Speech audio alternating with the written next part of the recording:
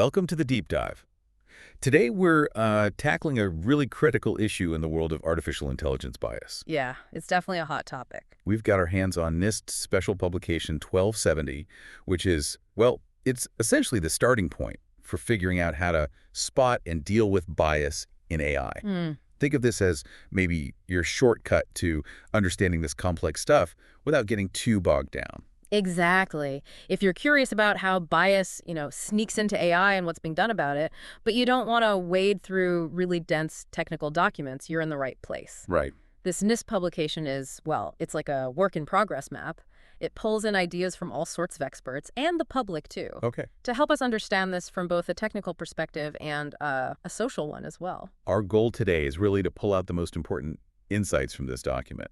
What AI bias actually is, why it happens, and what the current thinking is on how to handle it. Trying to find those aha moments. Exactly. Those moments where things click into place. Mm-hmm. And we'll try to keep it engaging along the way. Okay, so let's dive in.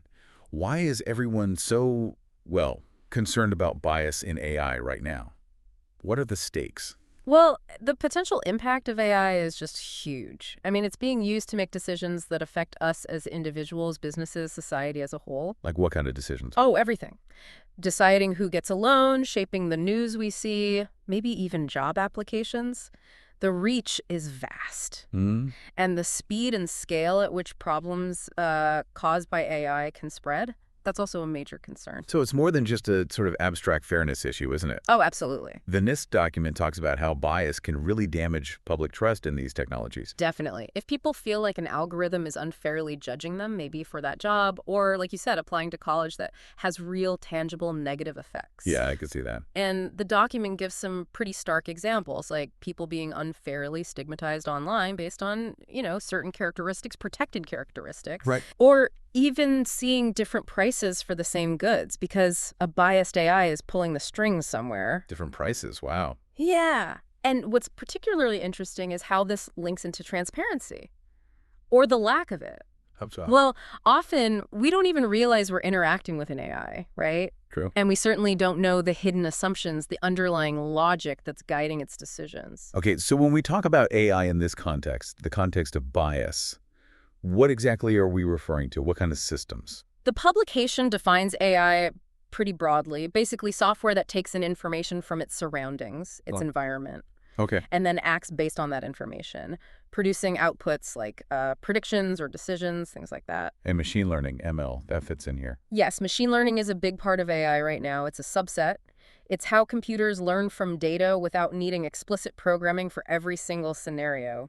And it seems like the sheer efficiency of that learning process, the ability to analyze massive amounts of data so quickly that can actually amplify existing problems. That's exactly right. While, sure, some bias in AI might be intentional, maybe in recommendation engines trying to steer you towards certain products. Right, trying to sell you something. Yeah, but much of it is unintentional. It often starts in the data the AI learns from and also in the way the AI system itself is built. Okay, this is where it gets really interesting, I think.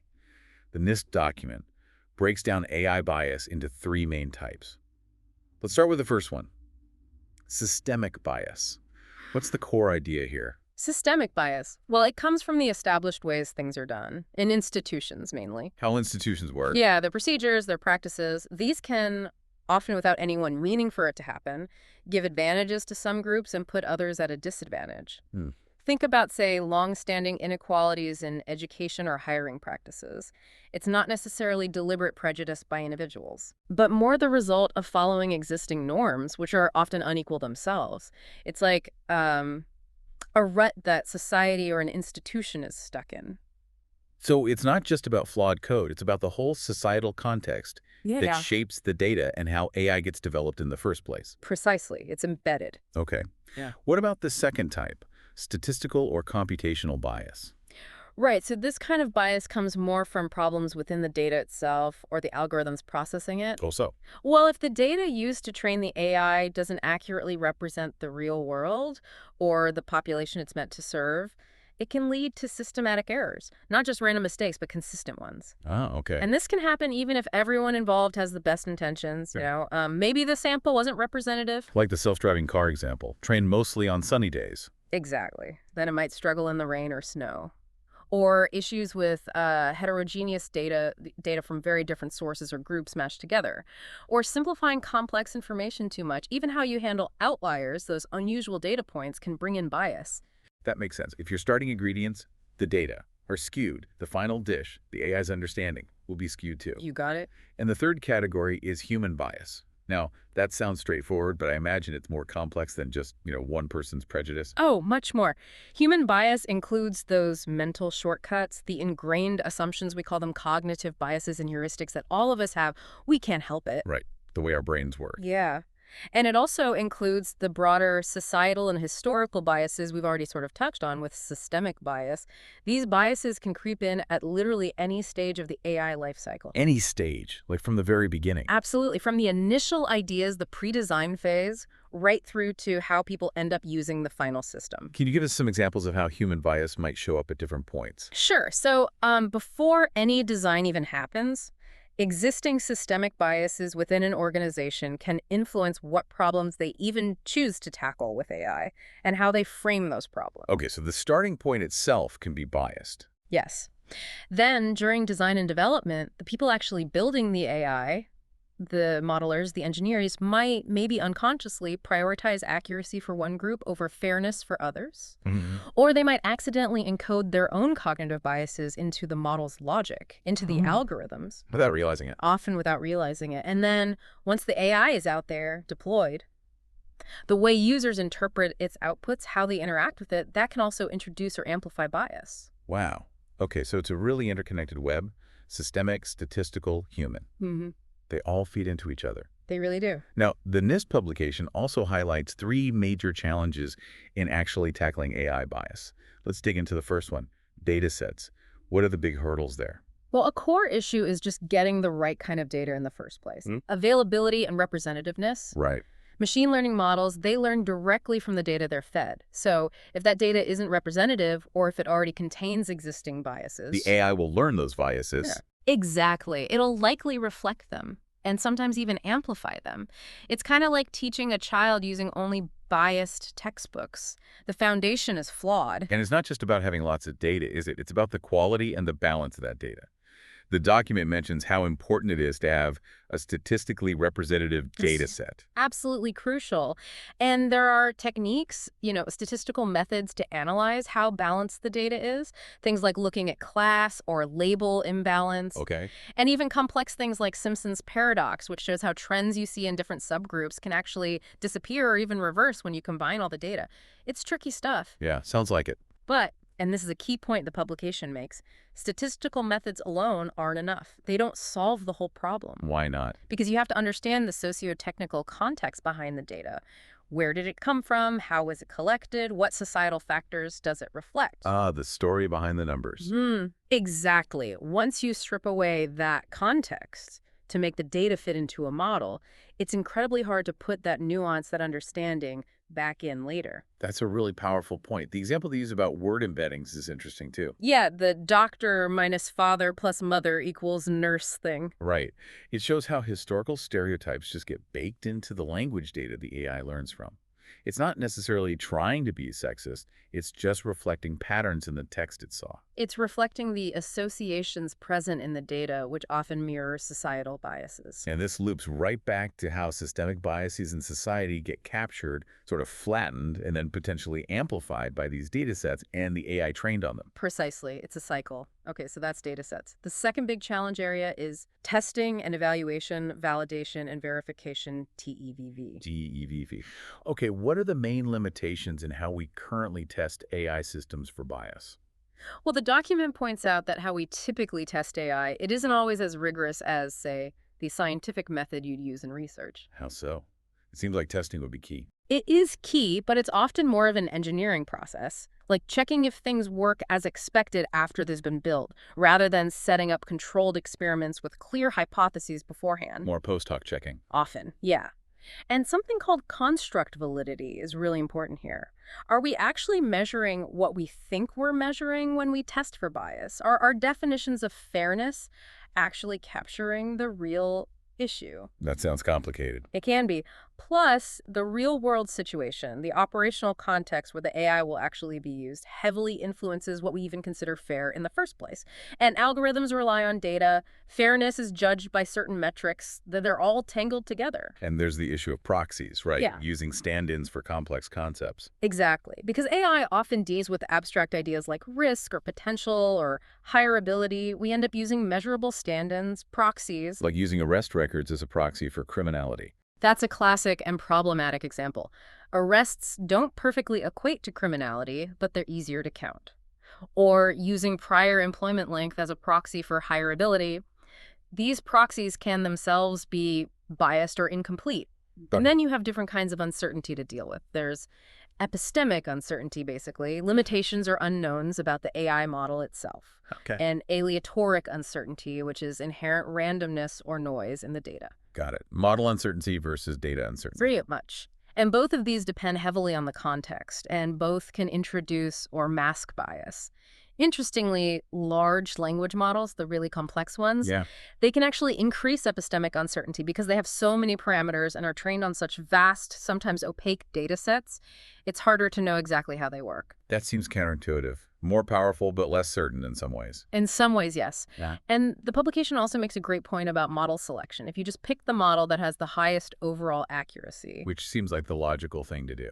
Right, but that model might still perform very unfairly for certain subgroups within the data. The objective function, what the model is trying to optimize, reflects choices about what's important, and that can embed bias. So overall accuracy isn't the whole story for fairness. Not at all.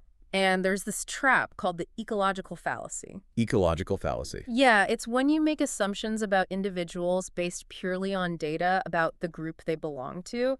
Just because a group has a certain characteristic on average doesn't mean every individual in that group does.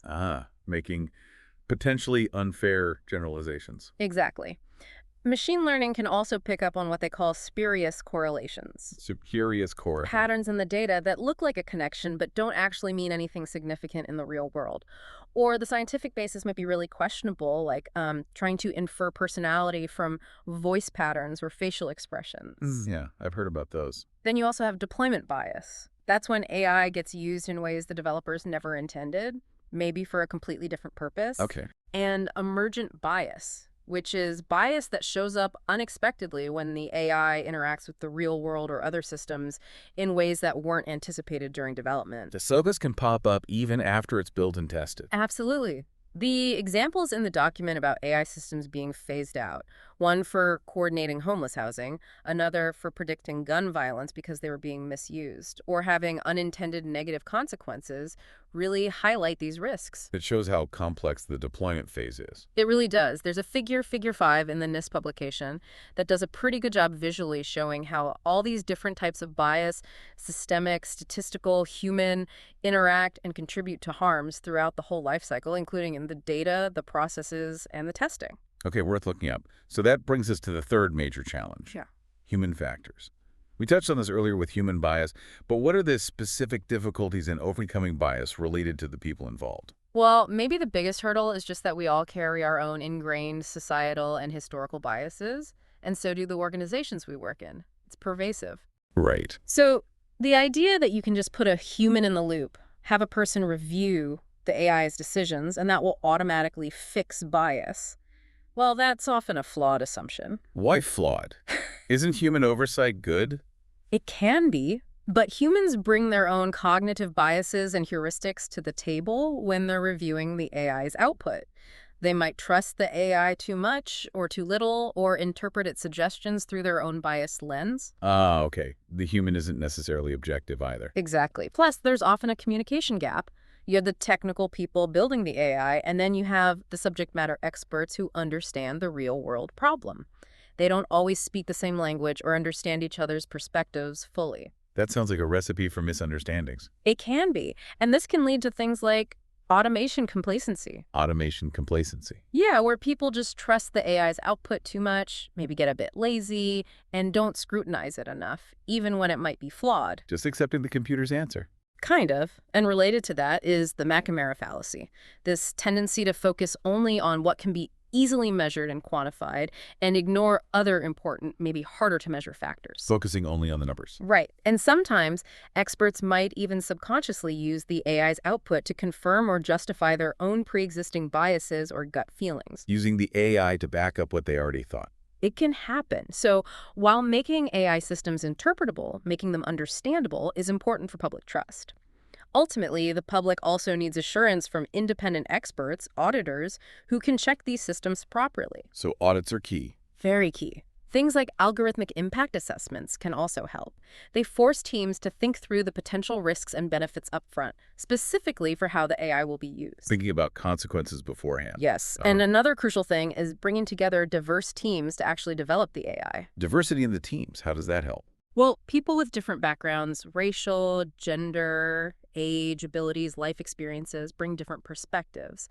They're more likely to spot potential harms or biases that a more homogeneous group, where everyone has a similar background, might completely miss. Because they might all share the same blind spots. Exactly. If developers all come from similar backgrounds, they might make similar misjudgments about societal impacts. That makes a lot of sense. The document also suggests some practical improvements, right? Like a life cycle approach. Yes, thinking about bias not just at one stage, but across the entire life cycle of the AI system, from conception to retirement. Also, consciously enumerating the institutional assumptions being made. Making hidden assumptions explicit. Right, and fostering what they call a cultural effective challenge, actively encouraging people within the organization to question the choices made during modeling and development. Not just accepting things as they are. Exactly. Even simple things like flagging factors known to be associated with bias can act as a system check, though you still need to consider the downstream impact. And the idea of human-centered design, or HCD, it's an iterative design process that really puts the needs and context of the end users right at the core. The goal is to create products that are not just usable, but genuinely beneficial, and address fairness and ethical considerations from the start. So focusing on the people affected. Absolutely. All these contribute to better, more responsible ways of working. Okay, so we've covered data sets, testing, human factors. Let's move on to our final main point from the NIST document. How do we actually govern AI bias at a larger systemic level? Right. Governance. The publication describes this as like a holistic socio-technical implementation tier. It impacts all the phases of bias management we've discussed. So it's the overarching structure. Yeah, it's really about the organizational measures, the policies, the procedures, and importantly, the overall culture around AI development and deployment. And what does good governance look like in practice, according to NIST? Well, a key part is monitoring AI systems after they've been deployed, post-deployment monitoring. Checking them once they're out in the wild. Exactly.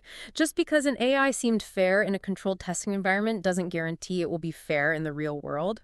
So you need ongoing monitoring, maybe using additional systems, and carefully using demographic data. With privacy safeguards, presumably. Oh, absolutely, with strong privacy considerations, but using that data to actually identify potential bias issues that crop up over time. Okay. What else falls under governance? Good governance guidance should clearly define key terms, like what constitutes bias or fairness in that specific context. It needs to address how to handle risky or sensitive data. Setting clear rules. Yes. Detailing standards for experimental design for model training, outlining how to map and measure bias risks, and detailing the specific processes for testing, validation, and verification. It provides the rulebook. And accountability sounds crucial here, too. Hugely important. Governance needs to clearly assign responsibility for managing bias risks to specific teams or individuals. You might have a chief model risk officer, for example. Someone whose job it is. Right. Yeah. But accountability shouldn't just sit with one person. It needs to be embedded across different teams involved in the AI lifecycle. And regular audits are vital. Audits again? What kind? They mention different types. Internal audits, maybe audits modeled on financial ones, or just general documentation audits. They all serve as mechanisms for accountability and for mitigating risks. Okay. And you mentioned effective challenge earlier. Yes, that concept, often borrowed from risk management, is really important for governance too. It means fostering a culture where experts feel empowered, even obligated, to actively question the design, the assumptions, and the implementation decisions related to AI systems. And they need to have the authority to make those challenges stick. So, encouraging critical thinking and pushback. Exactly. They mention the 3 lines of defense model, basically separating the teams that develop the models, the teams that manage risk independently, and the internal audit function. This structure helps incentivize critical thinking and oversight. Makes sense. Anything else on governance? One final point is information sharing. Having good internal mechanisms for teams to share information about bias incidents, near misses, lessons learned.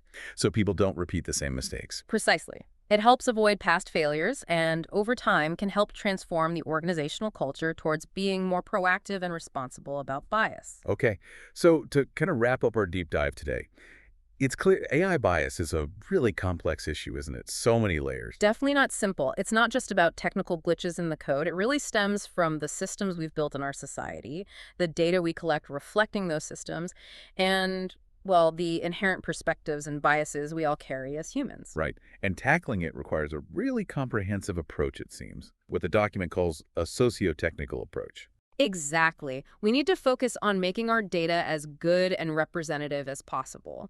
We need more rigorous testing and evaluation methods. We have to carefully consider the human element, the developers, the users, the people affected. And put strong governance structures in place. Yes, strong governance to provide that oversight, ensure accountability, and foster the right culture. It's also important to remember, isn't it, something the NIST publication emphasizes.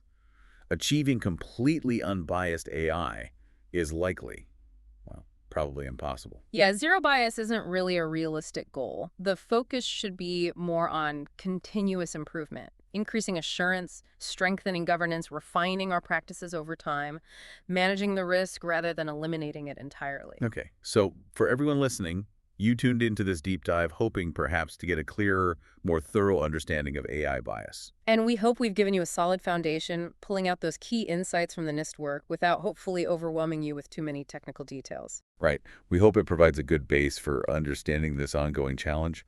And finally, as always, here's something to maybe mull over. A final thought. Yeah. Given how tightly our societal values, what we care about, what we think is fair, are now intertwined with how we develop this powerful technology, AI, Yeah. what do you think are the most significant shifts we need to see? Not just in technology, but in how organizations operate, and maybe even how we think as individuals, to truly move towards AI that is genuinely more trustworthy and responsible in the long run? That's a big question. It is. Something to think about. Thanks for joining us on the Deep Dive.